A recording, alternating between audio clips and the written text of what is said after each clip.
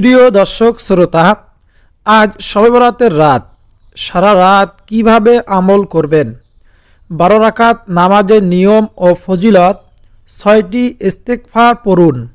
এর প্রতিদান মরণের পর সরাসরি জান্নাত। বলুন না সুবহানাল্লাহ। প্রিয় দর্শক, তা আপনাদেরকে বলে দেব ইনশাআল্লাহ। প্রিয় দর্শক শ্রোতা, আজকে শবে বরাত, এই রাত্রিতে আপনারা সারা রাত কিভাবে আমল করবেন এবং এ রাত্রিতে কিভাবে নামাজ আদায় করবেন, কি নামাজ পড়বেন, সম্পূর্ণ নিয়ম কারণ আপনাদেরকে বলে দেব ইনশাআল্লাহ।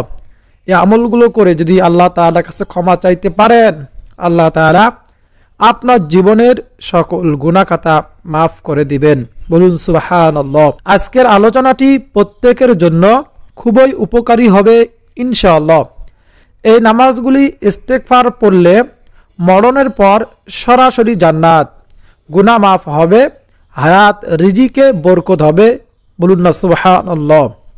হযরত আলী রাদিয়াল্লাহু তাআলা আনহু থেকে বর্ণিত, রাসূলুল্লাহ সাল্লাল্লাহু আলাইহি ওয়াসাল্লাম বলেছেন, যখন মধ্য শাবানের রাত আসে তখন তোমরা এই রাতে দাঁড়িয়ে নামাজ পড়ো এবং পরের দিন রোজা রাখো।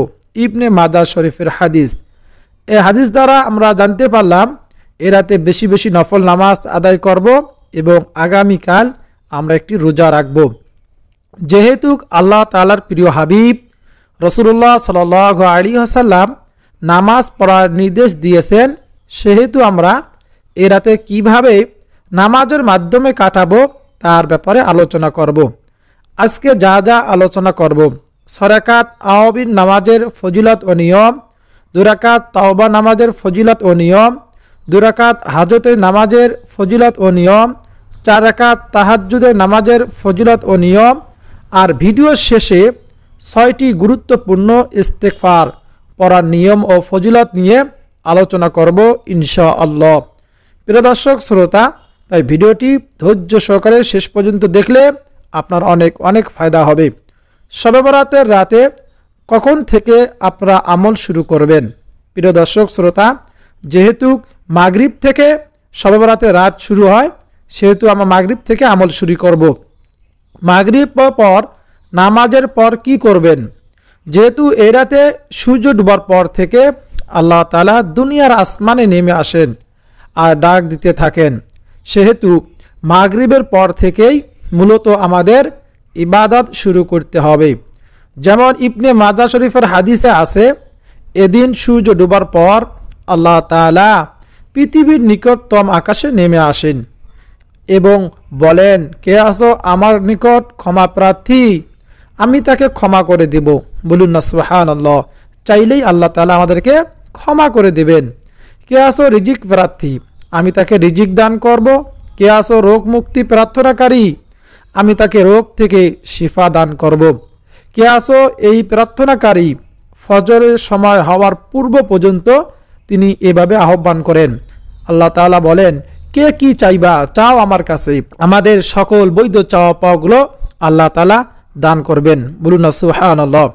শবে বরাতের রাতে মাগরিবের পর প্রিয় দর্শক শ্রোতা, আপনারা 6 রাকাত আওয়াবিন নামাজ আদায় করবেন। প্রতি রাকাতে সূরা ফাতিহার সঙ্গে কোরআন মাজিদের যে কোনো সূরা দিয়ে এই নামাজ আদায় করবেন। শবে বরাতের রাত্রিতে মাগরিবের পর ইশারের আগে আদায় করলেও হয়ে যাবে। 6 রাকাত নামাজ আপনারা আদায় করবেন। 2 রাকাত করে নামাজ আদায় করবেন। অন্য অন্য সময় যেভাবে নফল নামাজ আদায় করেন ওইভাবেই 2 রাকাত করে এই নামাজ আদায় করবেন। এই নামাজের ফজিলত হচ্ছে, হযরত আব্দুল্লাহ ইবনে আব্বাস রাদিয়াল্লাহু তাআলা আনহু থেকে বর্ণিত, রাসূলুল্লাহ সাল্লাল্লাহু আলাইহি ওয়াসাল্লাম বলেছেন, যে ব্যক্তি মাগরিবের পর এই নামাজ পড়বে তার মর্যাদা জান্নাতের উঁচু স্থানে হবে। বলুন সুবহানাল্লাহ। হযরত আবু হুরায়রা রাদিয়াল্লাহু তাআলা আনহু থেকে বর্ণিত, নবীজি সাল্লাল্লাহু আলাইহি ওয়াসাল্লাম বলেন, যে ব্যক্তি মাগরিবের পরে ইশারের আগে 6 রাকাত নফল নামাজ আদায় করে, মাঝখানে দুনিয়াবি কথা না বলে, তাহলে সেটা 12 বছরের ইবাদতের সমান গণ্য হবে।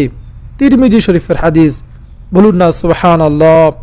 শবে বরাতের রাতে তাওবার নামাজ 2 রাকাত পড়বেন। আমাদের গুনাহ হয়ে যায়, সকল গুনাহ থেকে পবিত্র হয়ে শবে বরাতের রাতে আল্লাহ তাআলার সামনে দাঁড়াতে হবে। তাই তওবার নামাজ পড়তে হবে। এ নামাজের নিয়ত হলো, হে আল্লাহ, আমি 2 রাকাত তওবা নামাজের নিয়ত করছি। তারপর প্রতি রাকাতে সূরা ফাতিহার সাথে যে কোনো সূরা দিয়ে 2 রাকাত নামাজ পড়বেন। তারপর নিজের সমস্ত গুনাহ খাতার জন্য আল্লাহ তাআলার কাছে ক্ষমা চাইবেন। আল্লাহ রাসূল সাল্লাল্লাহু আলাইহি ওয়াসাল্লাম আরও বলেছেন, যে ব্যক্তি উত্তম রূপে উযু করে তারপর 2 রাকাত নামাজ অথবা 4 রাকাত নামাজ আদায় করে, ফরজ নয় এমন সুন্নত বা নফল নামাজ উত্তম রূপে রুকু সিজদা করে পড়ে, এরপর সে আল্লাহ তাআলার কাছে ক্ষমা প্রার্থনা করে, সে ব্যক্তিকে ক্ষমা করে দেওয়া হয়। বলুন সুবহানাল্লাহ। সালাতুল হাজতের 2 রাকাত নামাজ আদায় করবেন, একই নিয়মে এই নামাজ আদায় করবেন। তাছাড়া এ রাতে 2 রাকাত করে যত রাকাত ইচ্ছা আপনারা নামাজ আদায় করতে পারেন। নফল নামাজ আদায় করতে পারবেন, কত রাকাত ইচ্ছা কোনো নির্দিষ্ট সংখ্যা নেই, যত রাকাত ইচ্ছা আপনার পড়তে পারবেন। 4 রাকাত 6 রাকাত পর ইস্তেগফার, জিকির, দরুদ শরীফ পাঠ করে আপনারা মুনাজাত করবেন। শবে বরাতের শেষ রাতে তাহাজ্জুদের নামাজের নিয়ম ও ফজিলত। তাহাজ্জুদের সময় ও নিয়ম সাধারণত সেহরির সময় হলো তাহাজ্জুদের সময়। এ সময় শেষ হওয়ার আগেই তাহাজ্জুদ আদায় করতে হয়। ঘুম থেকে উঠে ভালো করে উজু করে প্রথমে 2 রাকাত নামাজ আদায় করে জায়নামাজে বসে জিকির করবেন। এরপর 2 রাকাত করে যত রাকাত সম্ভব আদায় করে আপনারা আদায় করতে পারবেন, পড়তে পারবেন। রাসূল সাল্লাল্লাহু আলাইহি ওয়াসাল্লাম 2 রাকাত করে এই নামাজ আদায় করতেন। যে কোনো সূরা দিয়ে এই নামাজ পড়া যায়, তবে লম্বা কেরাতে নামাজ আদায় করতেন। তাই লম্বা কেরাতে তাহাজ্জুদ আদায় করা পড়া উত্তম। বলুন না সুবহানাল্লাহ। তাহাজ্জুদ নামাজের রাকাত সংখ্যা নির্দিষ্ট নেই। 2 রাকাত করে 4 রাকাত পড়তে পারবেন, আবার 2 4 রাকাত করে যত রাকাত ইচ্ছা আদায় করা যায়। ন্যূনতম 4 রাকাত আদায় করা উত্তম। যে কয় রাকাতই পড়া হোক তা নিয়মিত আদায়ের অভ্যাস করা। বলুন না সুবহানাল্লাহ। আমরা নিয়মিত এই আমলগুলো করার চেষ্টা করব। বুজুর্গণের দিন, শবে বরাতের রাতে ও দিনে বিভিন্ন পদ্ধতিতে নামাজ পড়ে যেসব উপকার পেয়েছেন তার কয়েকটি পদ্ধতি হলো এগুলো। এই 6 প্রকার ইস্তেগফার শবে বরাতের রাতে আমরা তো আমল করবই, সারা বছর নিয়মিত এই ইস্তেগফারে আমল করব ইনশাআল্লাহ। মহান আল্লাহ তাআলার কাছে মানুষের সবচেয়ে সেরা ও প্রিয় সৃষ্টি মানুষকে সর্বোচ্চ মর্যাদা ও সুবিধা দিতে পবিত্র কোরআনে মাজিদে অনেক উপায় ও উপদেশ দেওয়া হয়েছে। সেসব উপায় উপদেশ মেনে চললে বান্দার দুনিয়ার জীবনে সব কাজ সহজ হয়ে যায়। আর তার জন্য সেরা আমল সাইয়্যিদুল ইস্তেগফার। বলুন না সুবহানাল্লাহ। ইস্তেগফার অর্থ হলো প্রার্থনা করা। কোনো ভুল করে ফেললে তার জন্য আমরা মহান রব্বুল আলামিনের কাছে নিকট ক্ষমা চেয়ে থাকি। ক্ষমা চাওয়ার জন্য আমরা সবাই বিশেষ করে আস্তাগফিরুল্লাহ পড়ি, যা সবার নিকট সহজ ও সহজেই উচ্চারিত। এই জন্য আস্তাগফিরুল্লাহ এই রাত্রিতে আমরা বেশি বেশি পাঠ করব। অর্থ, আমি আল্লাহ তাআলার কাছে ক্ষমা প্রার্থনা করছি। 5 ওয়াক্ত ফরজ সালাতে সালাম ফিরানোর পর রাসূল সাল্লাল্লাহু আলাইহি ওয়াসাল্লাম এই ইস্তেগফার 3 বার পড়তেন। মিশকাত শরীফের হাদিস। দ্বিতীয় নম্বর ইস্তেগফারটি হলো আস্তাগফিরুল্লাহ ওয়া আতুবু ইলাইহি।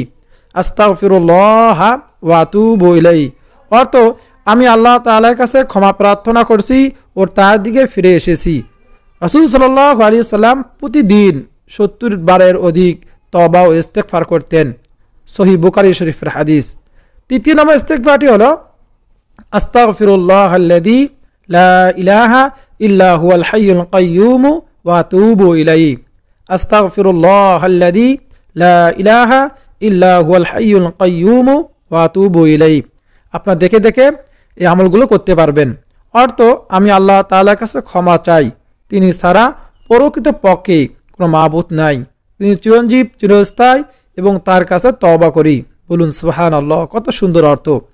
এই দোয়া পড়লে আল্লাহ তাআলা তাকে ক্ষমা করে দিবেন, যদি সে যুদ্ধক্ষেত্র হতে পলায়নকারীও হয়। আবু দাউদ, তিরমিজি শরীফের হাদিস। এই জন্য এই ইস্তেগফারগুলো নিজের গুনাহ ক্ষমা করার জন্য, মাফ পাওয়ার জন্য আমরা এই রাত্রিতে বেশি বেশি এই ইস্তেগফারগুলো পাঠ করব। নামাজ পড়ার পর ইস্তেগফারগুলো পাঠ করব। 4 নম্বর ইস্তেগফারটি হলো রব্বিগফিরলি ওয়া তুব আলাইয়া ইন্নাকা আনতাত তাওয়াবুর রহিম।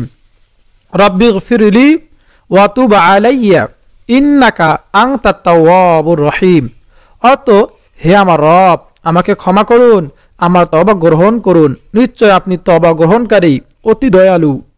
আবু দাউদ শরীফের হাদিস। বলুন না সুবহানাল্লাহ। প্রিয় দর্শক শ্রোতা, এই জন্য এই ইস্তেগফারগুলো আমরা বেশি বেশি পাঠ করব। সাইয়্যিদুল ইস্তেগফার বা ক্ষমা প্রার্থনার শ্রেষ্ঠ দোয়া। বলুন না সুবহানাল্লাহ। এই সাইয়্যিদুল ইস্তেগফার আমরা এই পবিত্র শবে বরাতে রাত্রিতে পাঠ করব এবং আমরা আজকে থেকে নিয়মিত এই সাইয়্যিদুল ইস্তেগফারে আমল করব। আন্তরিক বিশ্বাসের সঙ্গে কেউ যদি প্রতিদিন সকাল ফজরের পরে ও সন্ধ্যায় আসর বা মাগরিবের পরে এই সাইয়্যিদুল ইস্তেগফার পড়ে নেয়, ওই দিন সে মারা গেলে ইনশাআল্লাহ সে জান্নাতে যাবে। বলুন সুবহানাল্লাহ। রাত দিনে সে মৃত্যুবরণ করলে জান্নাতে যাবে, এই গ্যারান্টি দিয়েছেন স্বয়ং রাসূলুল্লাহ সাল্লাল্লাহু আলাইহি ওয়াসাল্লাম। বলুন সুবহানাল্লাহ। কত ফজিলতপূর্ণ একটি ইস্তেগফার। বুখারী ও তিরমিজি শরীফের হাদিস।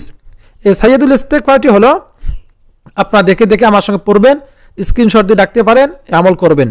আল্লাহুম্মা আনতা রাব্বি লা ইলাহা ইল্লা আনতা খলাকতানি ওয়া আনা আবদুকা ওয়া আনা আলা আহদিকা ওয়া ওয়া'দিকা মাস্তাতা'তু আউযু বিকা মিন শাররি মা সানা'তু আবুউ লাকা বিনি'মাতিকা আলাইয়া ওয়া আবুউ লাকা বিযামবি ফাগফিরলি ফাইন্নাহু লা ইয়াগফিরুয যুনুবা ইল্লা আনতা। প্রিয় দর্শক, আপনারা দেখে দেখে এই আমল করবেন। প্রিয় দিনী ভাই বোনেরা, আপনারা এই রাত্রিতে বেশি বেশি নফল নামাজ আদায় করবেন। তারপরে সুবহানাল্লাহ, আলহামদুলিল্লাহ, আল্লাহু আকবার, লা ইলাহা ইল্লাল্লাহ, এই জিকিরগুলো অনেক অনেক ফজিলত। এর জিকিরগুলোর যদি ফজিলত বর্ণনা করতে যাই দীর্ঘ সময় লাগবে। প্রিয় দর্শক, হয়তো বা আমরা মনে করি এই আমরা সহজেই পড়তে পারি, এগুলো মনে হয় সহজ, কিন্তু না। আলহামদুলিল্লাহ, সুবহানাল্লাহ, আল্লাহু আকবার, এরকম বলা হয়েছে 7 আসমান জমিন যদি এক পাল্লায় উঠায় দেওয়া হয়, লা ইলাহা ইল্লাল্লাহ যদি এক পাল্লায় উঠায় দেওয়া হয়, লা ইলাহা ইল্লাল্লাহর ওজন বেশি হবে। বলুন না সুবহানাল্লাহ। প্রিয় দর্শক শ্রোতা, এই জন্য এইগুলো জিকির করব। আপনারা কোরআন পড়তে পারেন না, 2টা সূরা 3টা সূরা তো পড়তে পারেন। কুল হু আল্লাহু আহাদ এই সূরাটা পড়তে পারেন। আমরা অধিকাংশ মানুষ এই সূরাটি পড়তে পারি। এই কুল হু আল্লাহু আহাদ আল্লাহুস সামাদ লাম ইয়ালিদ ওয়া লাম ইউলাদ ওয়া লাম ইয়াকুল লাহু কুফুয়ান আহাদ, এই সূরাটি একবার পড়লে 10 খতম কোরআন পড়া সওয়াব। বলুন না সুবহানাল্লাহ। 2 বার পড়লে 20 খতম, 20 পারা খতম। 3 বার পড়লে পুরা 1 খতম কোরআন শরীফ পড়া সওয়াব। বলুন না সুবহানাল্লাহ। এজন্য কুল হু সূরা আমরা বেশি বেশি পাঠ করব। প্রিয় দর্শক, বেশি বেশি দরুদ শরীফ পাঠ করবেন। বিশেষ করে আল্লাহ তাআলার কাছে ক্ষমা চাইবেন, দোয়া করবে। প্রথমে ইস্তেগফার, তারপর দরুদ শরীফ, এরকম তারপর জিকির আজকার করে আল্লাহ তাআলার কাছে দোয়া শুরু করে দিবেন। চোখের পানি ছেড়ে দিয়ে দোয়া করবেন। আল্লাহ তাআলা এই রাত্রিতে আমাদের ভাগ্য নির্ধারণ করে রাখেন। সামনে 1 বছর আমরা কি পড়বো, কি খাবো, কেমনে চলবো, আমাদের ভাগ্য লিপিবদ্ধ করে রাখেন। এই জন্য আমরা এতে বেশি দোয়া করবো আল্লাহ তাআলার কাছে। আল্লাহ তাআলা যেন আমাদের সামনে 1 বছর আল্লাহ তাআলা দিনের রাস্তায়, আল্লাহ তাআলার রাস্তায় চলার তৌফিক দান করেন। আল্লাহ তাআলা আমাদের সবাইকে শবে বরাতের রাতে, এই রাত্রিতে উল্লেখিত নামাজগুলো, ইস্তেগফার, বেশি বেশি জিকির আজকার, তাসবিহ তাহলিল পড়ার তৌফিক দান করুন, আমিন। প্রিয় দর্শক, এই ভিডিওটাকে লাইক দিয়ে কমেন্টে আমিন লিখে আপনি দোয়াতে শরীক থাকবেন। কেননা কার আমিন, কার দোয়া কখন আল্লাহ তাআলা কবুল করেন আমরা কেউ জানি না। একজনের আমিন যদি আল্লাহ তাআলা কবুল করেন, তার ওসিলায় আমাদের সকলের দোয়াগুলো কবুল করবেন। বলুন না সুবহানাল্লাহ। প্রিয় দর্শক, আজকে এই পর্যন্ত, দেখা হবে পরবর্তী কোনো ভিডিওতে। আপনাদের সকলের সুস্বাস্থ্য কামনা করে এবং রমজান পর্যন্ত আমাদের প্রত্যেককে নেক হায়াত কামনা করে বিদায় নিচ্ছি। আসসালামু আলাইকুম ওয়া রাহমাতুল্লাহি ওয়া বারাকাতুহু।